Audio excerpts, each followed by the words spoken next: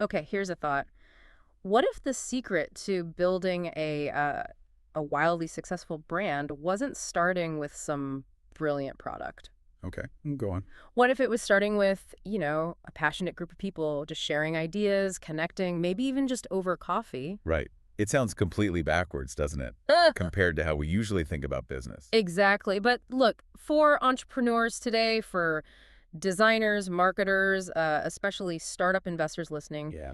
understanding the shift, it's maybe not just an advantage. No, it's more fundamental. Yeah, it's kind of a crucial shortcut.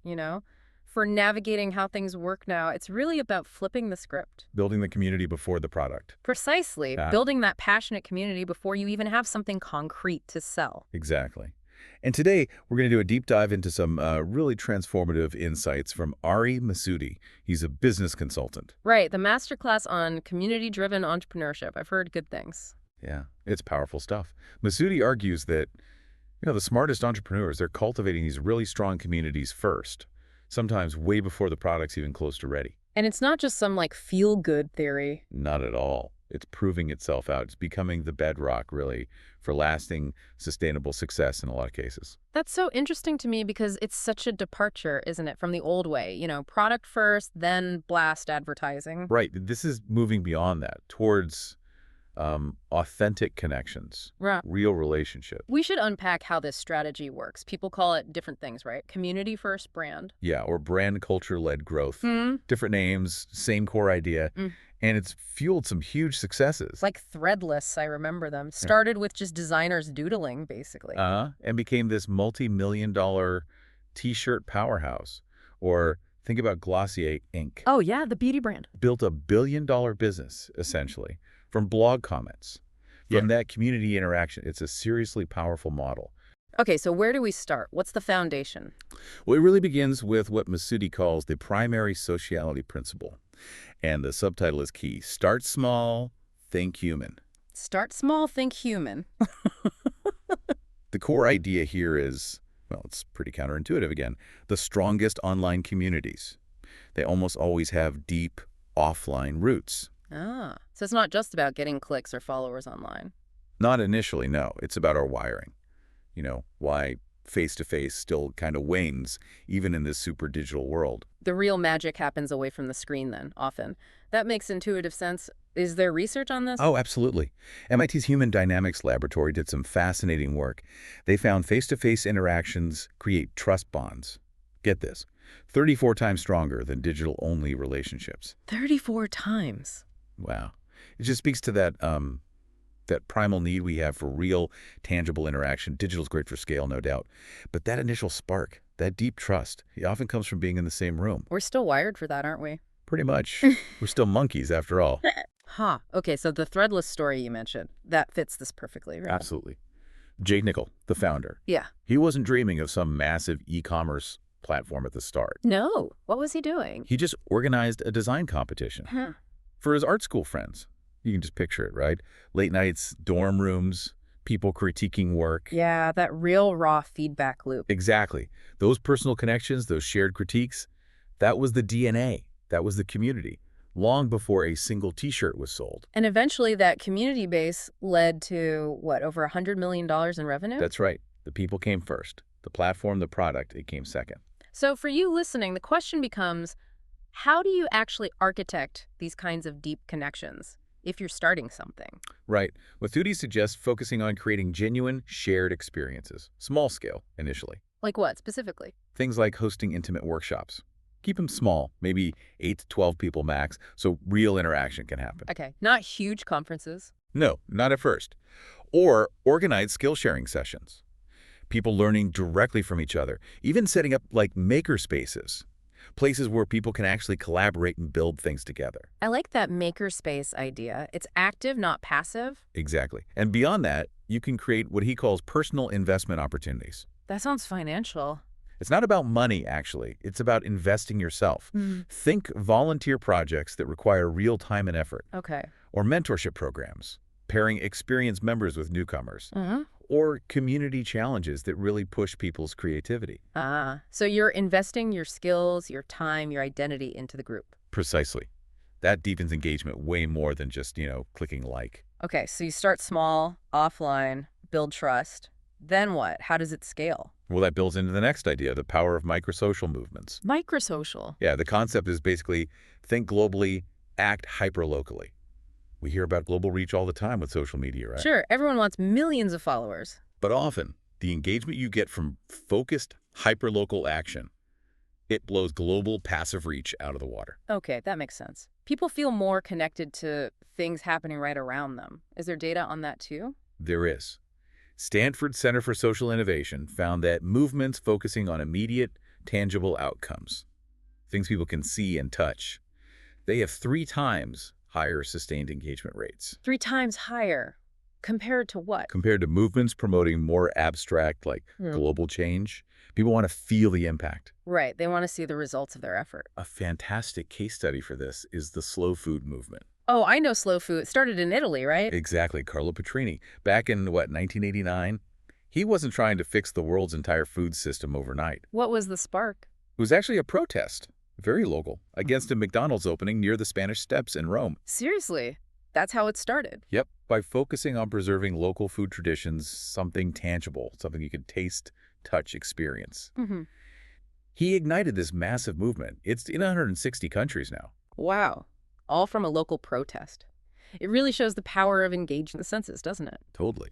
It recruits all those senses and builds really solid network links. Even in our digital age, that tangible stuff matters. So, grounding big ideas in local practical action. What kind of local actions work best for building these microsocial movements? Well, the research suggests things like neighborhood improvement projects, cleaning up a park, starting a community garden. Things you can see changing. Exactly. Or initiatives supporting local businesses, skill sharing within a specific town or area, cultural preservation efforts for local traditions. It taps into that desire for local impact. There was some data about political rallies versus local projects, right? Yeah, really telling something like 76% of Americans had never been to a big political rally, often abstract, maybe feels distant. Okay. But 54% have participated in some kind of local community improvement project. Right. It just highlights the power of that practical nearby action, builds trust, builds momentum. Okay, so local action builds momentum. But what makes people join in the first place? That brings us to the psychology, I guess. Right, and this is where Masudi talks about identity construction, the secret psychology of engagement. And this, I think, is really fascinating. It challenges a lot of assumptions. How so? What's the core idea? The core idea, backed by research from Harvard Business School on consumer behavior, is that people don't primarily join communities just to get something, like a discount or information. Okay. So why do they join? They often join to become someone. To become someone. Explain that. Think about the analogy of joining the army. Often, young people enlist with this idea, this expectation of becoming a grown man or woman, right? Gaining discipline, a new identity. Ah, okay. It's transformational. Exactly. Communities offer these really important identity anchors, and crucially, peer recognition for embodying that identity. So it's less about shared interests and more about shared aspirations, a desire to define yourself. That's a big part of it. Look at couchsurfing. Yeah, the travel platform. Its success wasn't just because it saved travelers money on accommodation. That was part of it, sure. But not the whole story. No, its real genius was allowing people to craft and perform an identity, the identity of an authentic traveler, someone who prioritizes cultural connection over, say, hotel comforts. Right, right. And the platform itself reinforced that. Totally. The recognition systems host reviews, sharing travel stories that all became a form of social currency. It was proof of your identity within that specific community. Okay, so if you're building a community, how do you actually design for that? For identity expression? Good question. You need recognition systems that actually feel meaningful, not just empty likes or hearts. So what works? Things like peer voting mechanisms where the community decides what's valuable, skill badging visible markers of expertise or contribution members can display. Like digital scout badges. Sort of, yeah. Storytelling platforms where members can share their journey, their transformation within the community, and mentorship opportunities they position members as experts, which is a powerful identity marker. And gamification fits in here too, right? But it has to be done right. Absolutely. The sweet spot for gamification in communities seems to be combining 3 things. Ownership members feel they actually shape the community's direction. Okay. Social influence, peer recognition, collaboration, seeing others' progress. And accomplishment, clear markers of progress, skill development, achieving goals within the community framework. So it's belonging, impact, and growth all tied together. Exactly. When you nail that, engagement tends to soar. This naturally leads to thinking about what kind of community to build. What cause do you rally around? Right. Masudi talks about modern movement categories, finding your cause. He argues that today's most successful community-driven brands tend to rally people around one of two fundamental human drives. Okay, what are these two big pillars? Getting that North Star right seems absolutely critical. It is. The first pillar is essentially about making the world better. Okay, optimistic. Yeah, rooted in optimism, possibility. It's about building, creating, improving things. Think of Tesla's mission, accelerating sustainable transport. Or Patagonia. Perfect example. They're environmental activism. These brands inspire people to be part of a positive, forward-looking change. That's one powerful driver. And the second pillar, what's the other fundamental drive? The second one is about saving what matters. Saving, so more defensive. It taps into a sense of urgency, preservation, conservation. It's focused on protecting something valuable that feels threatened. Like what? Give me some examples. Efforts to preserve local bookstores, for instance, or communities dedicated to keeping traditional crafts alive. It's about safeguarding something cherished before it's lost. Okay, building versus protecting, got it. Is there a case study for this saving what matters side? Greenpeace's Save the Arctic campaign is a really strong example. Ah, yeah, very visual. Exactly. Yeah. Instead of just abstract talk about climate change, they focused on one iconic visual symbol, the Arctic, the polar bear, the ice. Made it concrete. Totally. That clarity, combined with a clear, actionable cause, sign the petition, donate, spread the word. It generated, 8 million supporters globally? Wow. And it wasn't just about fear. No, it was framed as a tangible call to protect something vital, something beautiful. That focus was key. So if you're trying to figure out your community's cause, its North Star, what questions should you ask? Masudi suggests a few key ones. First, what specific thing are we trying to improve or protect? Be precise. Okay. Can people really see or feel the impact of participating? Does the cause allow for personal expression and growth for the members? Is it just about the cause or also about them? Important distinction. And finally, is there a clear villain or obstacle?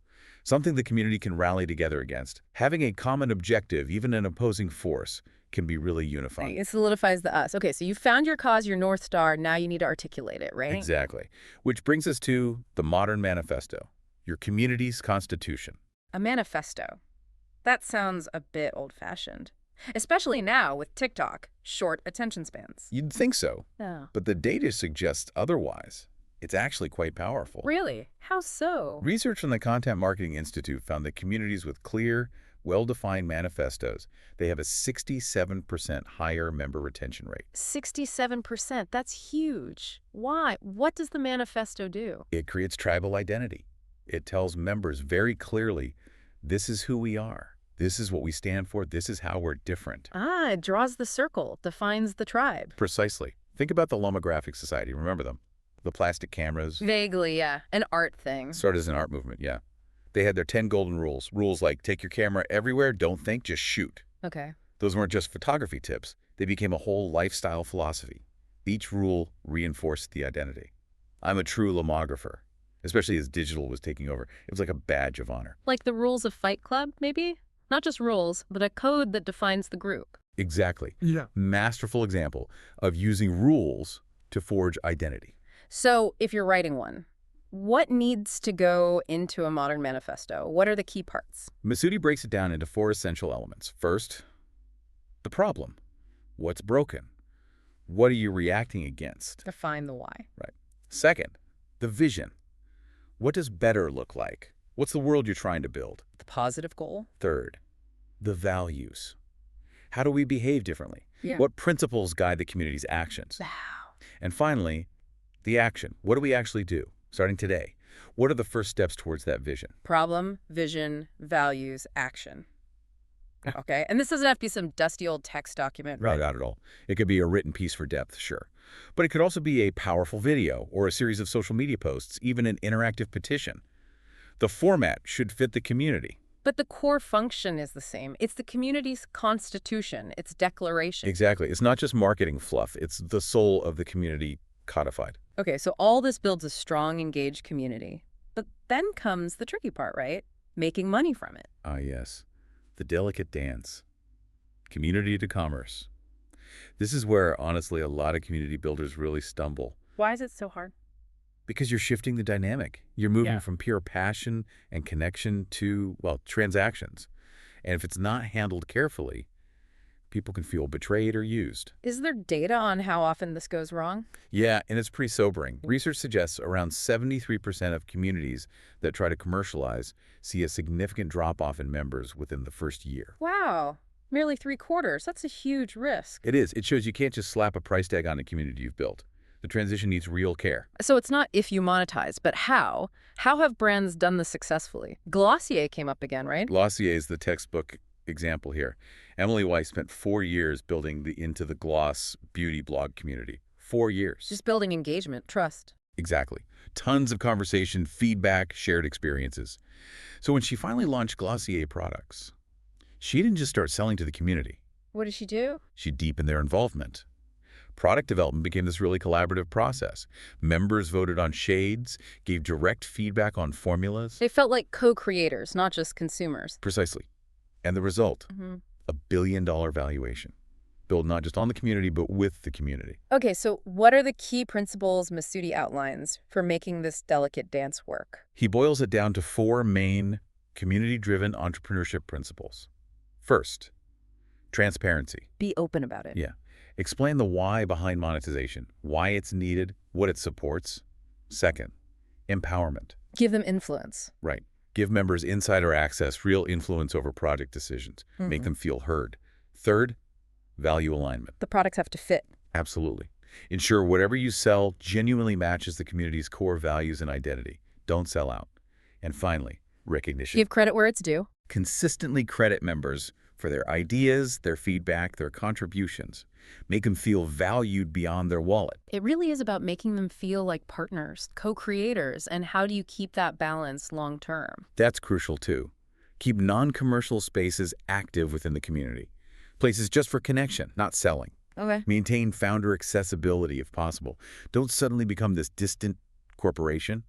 Keep investing time and resources in community building itself, not just customer acquisition. Don't just focus on growth metrics. Exactly. And consider creating things like community advisory boards with longtime trusted members. They can help keep you grounded. They're your true north. Okay, this is all incredibly insightful, but it can feel overwhelming.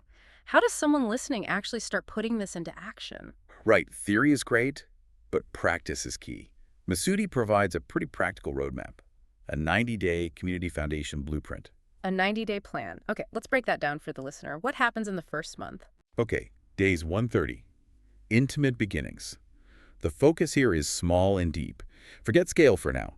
Identify maybe 10, 15 really passionate potential members, people already buzzing about your topic. I'm the super fan. Exactly. Then, organize your very first offline gathering. Could be dinner, a workshop, even just coffee. Small, intimate. Face to face again. Yep. And in that meeting, start defining the community's core purpose, its values. Do it together. And maybe create your first small shared project or challenge. Just get something moving. That builds the initial personal foundation. Okay, month 1. Small, deep, offline, shared purpose. What about month 2? Days 3160. Deepening connections. Now you build on that foundation. Launch some kind of regular programming, maybe a weekly call, a monthly theme, something to keep engagement consistent. Create rhythm. Right. Introduce those recognition systems we talked about, badges, shout-outs, whatever fits. Start celebrating contributions. Begin documenting and sharing community stories. Yeah. Member spotlights, success stories. That helps solidify the shared identity. Makes it real. And start drafting that manifesto or your founding principles document together. This is where the spark starts to get a bit more formalized. Got it. So month 2 is about consistency, recognition, storytelling, and formalizing values. Then the final month, days 61 to 90. Days 6190, sustainable systems. This is about making it last beyond just your initial push. Establish some community leadership roles. Empower your most active members. Let them take ownership. Exactly. Create content systems that showcase member achievements, amplify their voices, plan your first slightly larger community event, or maybe a milestone celebration. Build momentum. Yeah. And this is the point, only now really, where you can start exploring carefully how the community's needs, their discussions, their aspirations, how those might naturally translate into potential products or services. It emerges organically. Not forced from day one. Definitely not. It's a very organic, community-led exploration at this stage. Okay, that 90-day plan feels achievable. But how do you measure if it's actually working?